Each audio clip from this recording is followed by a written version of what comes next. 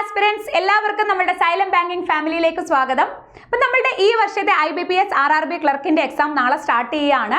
നാളെ കുറേയധികം ആസ്പിരൻസിന് എക്സാം ഉണ്ട്. അതേപോലെ തന്നെ 17നും 18നും എക്സാം നടക്കാനുണ്ട്. അപ്പോൾ നമ്മൾ IBPS RRB POയ്ക്ക് ശേഷം കുറേയധികം കാര്യങ്ങളൊക്കെ മനസ്സിലാക്കി. അപ്പോൾ നമുക്ക് RRB ക്ലർക്കിന് എന്തൊക്കെ കാര്യങ്ങൾ ശ്രദ്ധിക്കണം എന്ന് നോക്കാം. നമ്മുടെ സബ്ജക്റ്റിലേക്കൊക്കെ കടക്കുന്നതിന് മുന്നേ ജനറൽ ആയിട്ടുള്ള കാര്യം പറഞ്ഞോട്ടെ. എക്സാം സെന്ററിൽ കൃത്യസമയത്ത് തന്നെ എത്താൻ ശ്രമിക്കുക. അതേപോലെ നിങ്ങൾ കൊണ്ടുപോകേണ്ട ഡോക്യുമെന്റ്സ്, അതായത് നിങ്ങളുടെ അഡ്മിറ്റ് കാർഡിൽ നിങ്ങൾ ഫോട്ടോ ഒട്ടിച്ചിട്ടുണ്ടായിരിക്കണം. എക്സ്ട്രാ ഫോട്ടോസ് കയ്യിൽ കരുതുക. അതേപോലെ തന്നെ നിങ്ങൾ ഏത് ID പ്രൂഫ് ആണോ കൊണ്ടുപോകുന്നത് അതിന്റെ ഒറിജിനലും ഫോട്ടോ കോപ്പിയും നിങ്ങളുടെ കയ്യിൽ ഉണ്ടായിരിക്കണം. എക്സാമിന് ശേഷം ഈ അഡ്മിറ്റ് കാർഡ് അവിടെ കളഞ്ഞേച്ച് വരാതിരിക്കുക. നമ്മൾ മെയിൻസ് എക്സാമിന് പോകുമ്പോൾ, നമ്മൾ പ്രിലിംസ് കിട്ടി മെയിൻസിലേക്ക് പോകുമ്പോൾ നമുക്ക് ഈ അഡ്മിറ്റ് കാർഡ് കൊണ്ടുപോകേണ്ടതായിട്ടുണ്ട്. സോ അത് കളഞ്ഞേച്ച് വരാതിരിക്കുക. ഓക്കെ, ഇനി നമുക്ക് നമ്മുടെ സബ്ജക്റ്റ് കാര്യത്തിലേക്ക് കടക്കാം. നമ്മുടെ RRB ക്ലർക്കിന് 2 സബ്ജക്റ്റ് ആണുള്ളത്, ക്വാണ്ടിറ്റേറ്റീവ് ആപ്റ്റിറ്റ്യൂഡും റീസണിങ്ങും. നമുക്കറിയാവുന്ന കാര്യമാണ്, ഈ വർഷമാണ് ആദ്യമായിട്ട് സെക്ഷണൽ ടൈമിംഗ് ഇൻക്ലൂഡ് ചെയ്തിട്ടുള്ള എക്സാം നടക്കുന്നത് അല്ലെ. നമുക്ക് ക്വാണ്ടിറ്റേറ്റീവ് ആപ്റ്റിറ്റ്യൂഡിന് 40 ക്വസ്റ്റ്യൻസും അത് സോൾവ് ചെയ്യാൻ നമുക്ക് 20 മിനിറ്റ് സമയമാണ് കിട്ടുന്നത്. അതേപോലെ റീസണിങ്ങിനും 40 ക്വസ്റ്റ്യനും അത് സോൾവ് ചെയ്യാൻ നമുക്ക് 25 മിനിറ്റുമാണ് കിട്ടുക. ഇത് നമുക്ക് എല്ലാവർക്കും അറിയാവുന്ന കാര്യമാണ്. RRB ക്ലർക്കിന്റെ ക്വസ്റ്റ്യൻസിന്റെ ലെവൽ പറഞ്ഞാൽ നമ്മൾ പ്രീവിയസ് ഇയർ അല്ലെങ്കിൽ മെമ്മറി ബേസ്ഡ് ക്വസ്റ്റ്യൻസ് നോക്കിയാൽ നമുക്ക് മനസ്സിലാകും, വളരെ എളുപ്പമുള്ള ക്വസ്റ്റ്യൻസ് ആണ് ചോദിക്കുക അല്ലെ. അത് ക്വാണ്ടിറ്റേറ്റീവ് ആപ്റ്റിറ്റ്യൂഡ് ആണെങ്കിലും റീസണിങ് ആണെങ്കിലും വളരെ എളുപ്പമുള്ള ക്വസ്റ്റ്യൻസ് ആണ് പ്രീവിയസ് ഇയർ കമ്പയർ ചെയ്യുമ്പോൾ നമുക്ക് മനസ്സിലാകുന്നത്. നമ്മുടെ മാരത്തോണിലും മെമ്മറി ബേസ്ഡ് ക്വസ്റ്റ്യൻസ് വെച്ചിട്ടാണ് നമ്മളുടെ ക്ലാസ്സസ് മുന്നോട്ടേക്ക് പോകുന്നത് അല്ലെ. റീസണിങ്ങിന്റെ കേസ് പറഞ്ഞാൽ 40ൽ 40 മേടിക്കാൻ പറ്റുക എന്ന് പറയുന്നത് വളരെ ഈസി ആയിട്ടുള്ള ഒരു കാര്യമാണ്. കാരണം പ്രീവിയസ് ഇയറിലാണെങ്കിലും നിങ്ങൾ നോക്കിക്കഴിഞ്ഞാൽ അന്ന് പക്ഷേ നമുക്കൊരു കാര്യം ഉണ്ടായിരുന്നു, നമുക്ക് സെക്ഷണൽ ടൈമിംഗ് ഇല്ലായിരുന്നു, നമ്മുടെ ഇഷ്ടത്തിനായിരുന്നു. ഈ പ്രാവശ്യം നമുക്ക് റീസണിങ്ങിന് 25 മിനിറ്റ് ടൈമുണ്ട്. നമ്മൾ PO വെച്ച് കമ്പയർ ചെയ്യുമ്പോൾ ചില റീസണിങ്ങിന്റെ ഷിഫ്റ്റ് ഒക്കെ നമുക്ക് എളുപ്പമായിരുന്നു, അവിടെയും 30+ ചെയ്ത ആസ്പിരൻസ് ഉണ്ട്. അപ്പം ഇവിടെ നമുക്ക് 25 മിനിറ്റിൽ RRB ക്ലർക്കിന്റെ ക്വസ്റ്റ്യൻസ് ചെയ്യുക എന്ന് പറയുന്നത് ഇച്ചിരി കൂടി ഈസി ആയിട്ടുള്ളൊരു കാര്യമായിരിക്കും. പിന്നെ ഒരു കാര്യമുണ്ട്, നിങ്ങളൊരു കാര്യം മനസ്സിലാക്കുക, ചില ഷിഫ്റ്റ് ഈസി ആയിരിക്കും, ചില ഷിഫ്റ്റ് മോഡറേറ്റ് ആയിരിക്കും. അപ്പോൾ അത് നിങ്ങളുടെ മനസ്സിലുണ്ടായിരിക്കണം.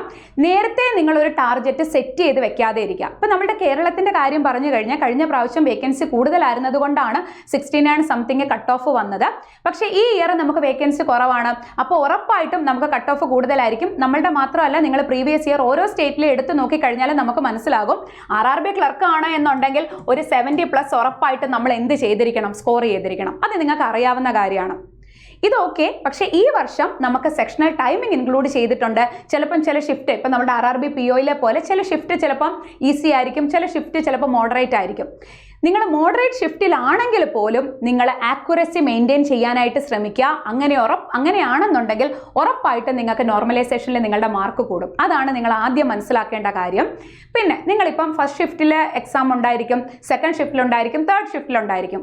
നിങ്ങൾ എക്സാമിന് കയറുന്നതിന് മുന്നേ അല്ലെങ്കിൽ നിങ്ങൾക്ക് എക്സാം കഴിഞ്ഞ് ഇറങ്ങുന്നവരോട് ചോദിക്കാതെ ഇരിക്കുക. കാരണം ചിലപ്പം നിങ്ങൾ ചോദിക്കുന്ന ആൾക്കാരുടെ ഷിഫ്റ്റ് ഭയങ്കര എളുപ്പമായിരിക്കും, ചിലപ്പോൾ നിങ്ങളുടേത് പാടായിരിക്കും, അല്ലെങ്കിൽ നിങ്ങളുടേത് അതിനേക്കാളും എളുപ്പമുള്ളതായിരിക്കും. സോ എക്സാം കഴിഞ്ഞിട്ട് മാത്രം നിങ്ങൾ ആ ഒരു അനാലിസിസ് സെക്ഷനിലേക്ക് പോവുക. റീസണിങ്ങിന്റെ കേസ് പറഞ്ഞാൽ നമുക്ക് 40 ക്വസ്റ്റ്യൻസിനകത്തിൽ പസിൽസ് ആൻഡ് സീറ്റിംഗ് അറേഞ്ച്മെന്റിന് അതേപോലെ വെയിറ്റേജ് ഉണ്ടെന്ന് നിങ്ങൾക്കറിയാം. നിങ്ങൾ എങ്ങനെയാണോ മോക്ക് ചെയ്ത്, ഇപ്പം നിങ്ങൾ ഒറ്റ സുപ്രഭാതത്തിൽ ഞാൻ വന്ന് ഇങ്ങനെ ചെയ്യണം അങ്ങനെ ചെയ്യണം എന്ന് പറഞ്ഞിട്ട് കാര്യമില്ല. ചിലർ മിസ്ലീനിയസിൽ നിന്ന് സ്റ്റാർട്ട് ചെയ്യുന്നവരുണ്ടായിരിക്കും. അതായത് പസിൽസ് ആൻഡ് സീറ്റിംഗ് അറേഞ്ച്മെന്റ് ഒഴികെ ഉള്ള ക്വസ്റ്റ്യൻസ് ആദ്യം ചെയ്യും, എന്നിട്ട് പസിൽസ് ആൻഡ് സീറ്റിംഗ് അറേഞ്ച്മെന്റിലേക്ക് പോകും. അങ്ങനെ ചെയ്യുന്നത് ഇച്ചിരൂടെ ബെറ്റർ ആണ്. കാരണം ഏതെങ്കിലും ഒരു പസിലിൽ സ്റ്റക്കായി പോയാലും, അങ്ങനെ സ്റ്റക്ക് ആകരുത് ഫസ്റ്റ് ഓഫ് ഓൾ, ഇനി സ്റ്റക്കായി പോയാലും നിങ്ങൾക്ക് എന്ത് ചെയ്യാൻ പറ്റും, ബാക്കിയുള്ളത് ചെയ്തിട്ടുണ്ടല്ലോ എന്നുള്ളൊരു സമാധാനം ഉണ്ടാകും. ഓക്കെ, അപ്പോൾ അത് നിങ്ങളൊന്ന് ശ്രദ്ധിക്കുക. വളരെ സിംഗിൾ വേരിയബിൾ പസിൽസ് ആയിരിക്കും ചോദിക്കുക.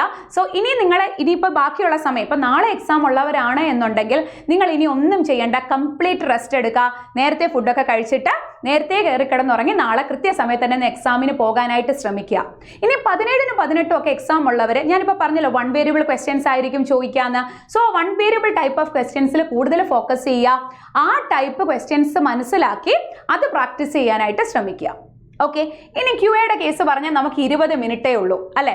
അപ്പം നമുക്ക് POയുടെ കേസിലാണെങ്കിൽ പോലും നല്ല ഡിഫിക്കൽട്ട് ആയിട്ടുള്ള ഷിഫ്റ്റ് ഉണ്ടായിരുന്നു അല്ലേ. ഇപ്പം 18 അല്ലെങ്കിൽ 20+ അറ്റംപ്റ്റ് മാത്രം പോയ ഷിഫ്റ്റ് ഉണ്ടായിരുന്നു. അപ്പോൾ ഇവിടെ ഒരിക്കലും നിങ്ങളൊരു ഇപ്പം 40ൽ 40 അങ്ങനെ ഒരു ടാർഗറ്റ് സെറ്റ് ചെയ്ത് നേരത്തെ പോകണ്ട. 40ൽ 40 ചെയ്യണ്ട എന്നല്ല, ചിലപ്പോൾ ഈസി ഷിഫ്റ്റ് ആണെങ്കിൽ ചിലപ്പോൾ നിങ്ങൾക്ക് ചെയ്യാൻ പറ്റുമായിരിക്കും. അല്ലെ, നല്ല പ്രാക്ടീസ് ഒക്കെ ഉണ്ടെങ്കിൽ ഞാൻ അങ്ങനെ, അതായത് നിങ്ങൾ നേരത്തെ ഒരു ടാർഗറ്റ് സെറ്റ് ചെയ്ത് പോകണ്ട. ഇപ്പൊ ഈസി ഷിഫ്റ്റ് ആണെങ്കിൽ നിങ്ങൾക്ക് ക്വസ്റ്റ്യൻസ് ചെയ്ത് തുടങ്ങുമ്പോഴേ നിങ്ങൾക്ക് മനസ്സിലാകും നിങ്ങൾക്ക് ചെയ്യാൻ പറ്റുന്നുണ്ടോ എന്ന്, അല്ലെ. ആ 20 മിനിറ്റ്സിൽ നിങ്ങളെ കൊണ്ട് ചെയ്യാൻ പറ്റുന്ന മാക്സിമം നിങ്ങൾ ചെയ്യുക. ഒരു കാര്യം ശ്രദ്ധിക്കുക, ആക്യുറസി ഉണ്ടായിരിക്കണം, അല്ലെ. നമ്മൾ വെപ്രാളം പിടിച്ച് 40-ൽ 40 എന്ന് പറഞ്ഞ് ടാർഗറ്റ് സെറ്റ് ചെയ്ത് പോയിട്ട് നെഗറ്റീവ് ആക്കുന്നതിൽ നല്ലത് നമ്മൾ ചെയ്യുന്നത് കറക്റ്റ് ആയിട്ട് ചെയ്യുക. അപ്പോൾ ഇനി അഥവാ ഡിഫിക്കൽട്ട് ഷിഫ്റ്റ് ആണെങ്കിൽ പോലും നോർമലൈസേഷനിൽ നിങ്ങളുടെ മാർക്ക് കൂടുന്നതായിരിക്കും. ഓക്കെ, അപ്പോൾ ആ ഒരു കാര്യം ശ്രദ്ധിക്കുക.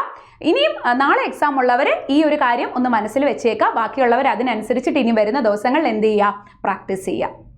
ഓക്കെ, നമ്മുടെ ഈ IBPS RRB ക്ലർക്കിൻ്റെ എക്സാം എന്ന് പറയുന്നത് ഒരു സ്പീഡ് ടെസ്റ്റ് ആണ്. ശരിക്കും ക്വാണ്ടിറ്റേറ്റീവ് ആപ്റ്റിറ്റ്യൂഡ് ആണെങ്കിലും റീസണിങ് ആണെങ്കിലും വളരെ എളുപ്പമുള്ള ക്വസ്റ്റ്യൻ ആണ്. ഇപ്പോൾ ക്വാണ്ടിറ്റേറ്റീവ് ആപ്റ്റിറ്റ്യൂഡിൻ്റെ കേസിൽ നിങ്ങൾക്ക് അരിത്തമെറ്റിക് സെക്ഷനിൽ ഒരുപാട് ടൈം നിങ്ങൾക്ക് പോകാതിരിക്കാൻ ശ്രദ്ധിച്ചോണം.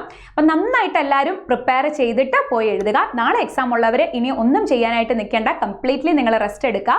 ബാക്കിയുള്ളവർ ഈ പറഞ്ഞ കാര്യമൊക്കെ മനസ്സിൽ വെച്ചിട്ട് പ്രാക്ടീസ് ചെയ്യുക. നമ്മുടെ മാരത്തോൺ ഉണ്ട്, അത് മറക്കരുത്. ഓക്കെ, അപ്പോൾ എല്ലാവരും നന്നായിട്ട് പ്രിപ്പയർ ചെയ്തോളാം. ഇനി നമുക്ക് വരാനുള്ള IBPS SBI എക്സാമിന് പ്രിപ്പയർ ചെയ്ത് തുടങ്ങിയോ നിങ്ങളെല്ലാവരും? ഇനിയും നിങ്ങൾ പ്രിപ്പറേഷനായിട്ട് ഓൾറെഡി നമ്മുടെ നോട്ടിഫിക്കേഷൻ വന്നു കഴിഞ്ഞു. അപ്പം നമ്മുടെ batch IBPS SBI officers batch നമ്മൾ സ്റ്റാർട്ട് ചെയ്തിട്ടുണ്ട്. നമ്മുടെ ക്ലാസ്സസ് ഒക്കെ സ്റ്റാർട്ട് ചെയ്തു. പക്ഷേ അതിൻ്റെ എല്ലാം റെക്കോർഡഡ് സെഷൻസ് നിങ്ങൾക്ക് കിട്ടുന്നതായിരിക്കും. സോ ഇനിയും നിങ്ങൾക്ക് ബാച്ചിലേക്ക് ജോയിൻ ചെയ്യാവുന്നതാണ്. നമ്മുടെ അഡ്മിഷൻ ഒന്നും ക്ലോസ് ആയിട്ടില്ല. ഓക്കെ, അതേപോലെ തന്നെ കുറേയധികം ആൾക്കാർ നമ്മളോട് ചോദിച്ചൊരു കാര്യമുണ്ട്, നമുക്ക് ഇപ്പം ഫുൾ ബാച്ച് മാത്രമേ ഉള്ളൂ, എക്സ്ക്ലൂസീവ് ബാച്ച് ഒന്നും ഇല്ലേ? യെസ്, ഉറപ്പായിട്ടും എക്സ്ക്ലൂസീവ് ബാച്ച് ഉണ്ട്. നമ്മുടെ റീസണിങ്, ബാങ്കേഴ്സ് റീസണിങ് എന്ന് പറയുന്ന ഒരു ബാച്ചും നമ്മൾ ലോഞ്ച് ചെയ്തിട്ടുണ്ട്. റീസണിങ് സെക്ഷൻ ഞാനായിരിക്കും ഹാൻഡിൽ ചെയ്യുന്നത്. അതേപോലെ തന്നെ ഇംഗ്ലീഷിന് സെപ്പറേറ്റ് രേവതി മിസ്സിൻ്റെ ഒരു ബാച്ചും ലോഞ്ച് ചെയ്തിട്ടുണ്ട്. സോ നിങ്ങൾക്ക് ഇംഗ്ലീഷ് മാത്രം മതി അല്ലെങ്കിൽ റീസണിങ് മാത്രം മതി, അങ്ങനെയുള്ളവർക്ക് നിങ്ങൾക്ക് എക്സ്ക്ലൂസീവ് ബാച്ച് പർച്ചേസ് ചെയ്യാവുന്നതാണ്. ഓക്കെ, അപ്പോൾ എല്ലാവർക്കും ഓൾ ദ ബെസ്റ്റ്. നന്നായിട്ട് എക്സാം എഴുതുക.